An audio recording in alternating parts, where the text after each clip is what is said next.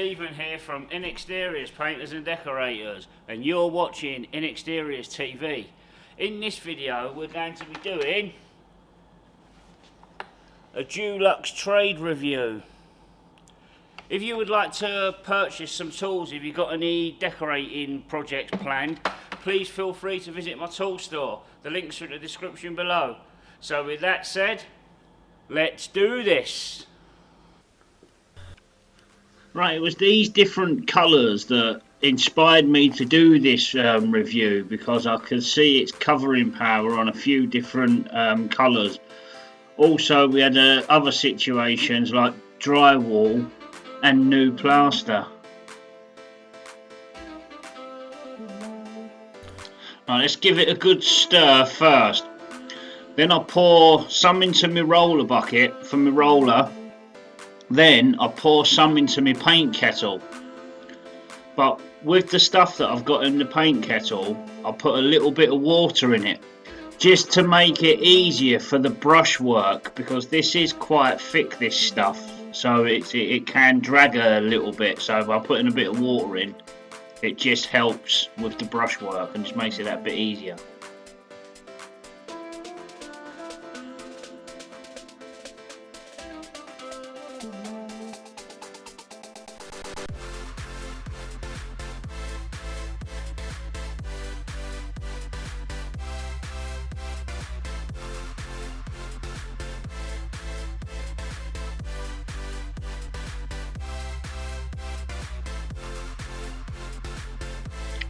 This is what I mean about the brush work. It's the cutting in bits, and as you can see by dropping that little bit of water in, it just flows that bit easier.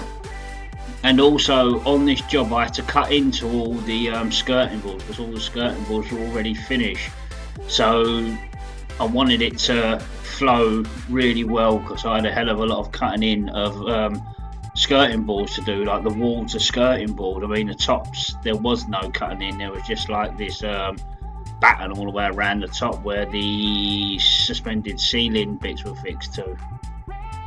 Shadow batten, that's what it was called.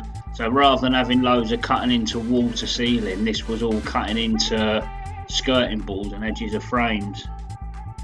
If you would like to watch a review of the Dulux Simply Refresh One Coat or the Dulux Easy Care, the videos will pop up at the end of this video on an end screen. As you can see here, I'm rolling the first coat on this blue wall, and you can see that it's covering really well. So shall we see how it covers on all of them with two coats? Right, this dark blue has covered in two coats.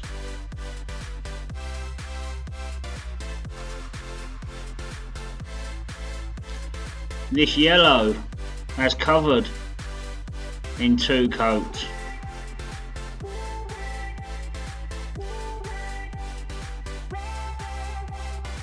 This light blue has covered in two coats.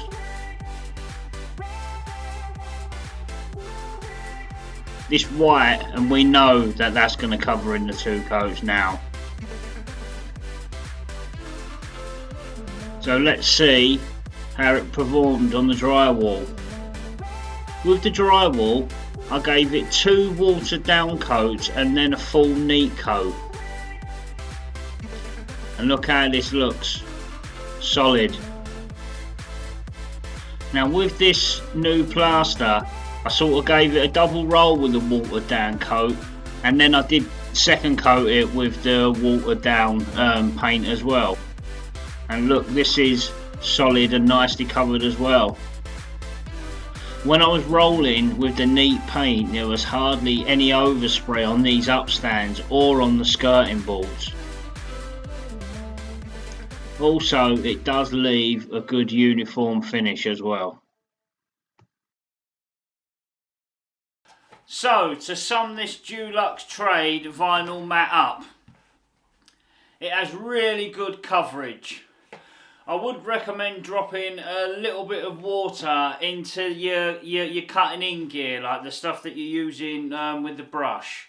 Also, one thing that was really good is that it didn't give a lot of overspray off the roller, so that was really good for this specific job because I had all walls to do but there was no woodwork to do, so I didn't have to tape up the woodwork or wipe loads of overspray off the skirting boards. If you're painting new plaster or drywall, it would easily take 30 or 40% of water in it, so, and still have good coverage at that. But also you can use drywall primer on the drywall as well. But I just used this thin down, and I thinned it down at about I say it was 30 to 40%, and it took it. So, and it was still had good coverage, like I say.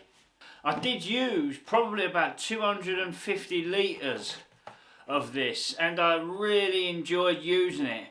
And also, it is a lot better than the DIY paint that you get in sort of B&Q and Wick. So there is a huge difference between the Dulux trade and the DIY paint. Also, it does give a good uniform finish, like it says. It does flash a little here and there in the highlight, where the natural light beams through in areas, but there wasn't much that I could see. Like, put it this way, there wasn't anything that just stood out really bad, and I thought, oh, that's bad. So, and there was a lot of it and a lot of walls that I did, and as I walk around the building still today, there's nothing that jumps out at me and says, oh, this looks really bad. So overall, yeah, this is really good. Right, I think that's the summary done. So thank you for watching, and don't forget to like and subscribe. Thank you very much.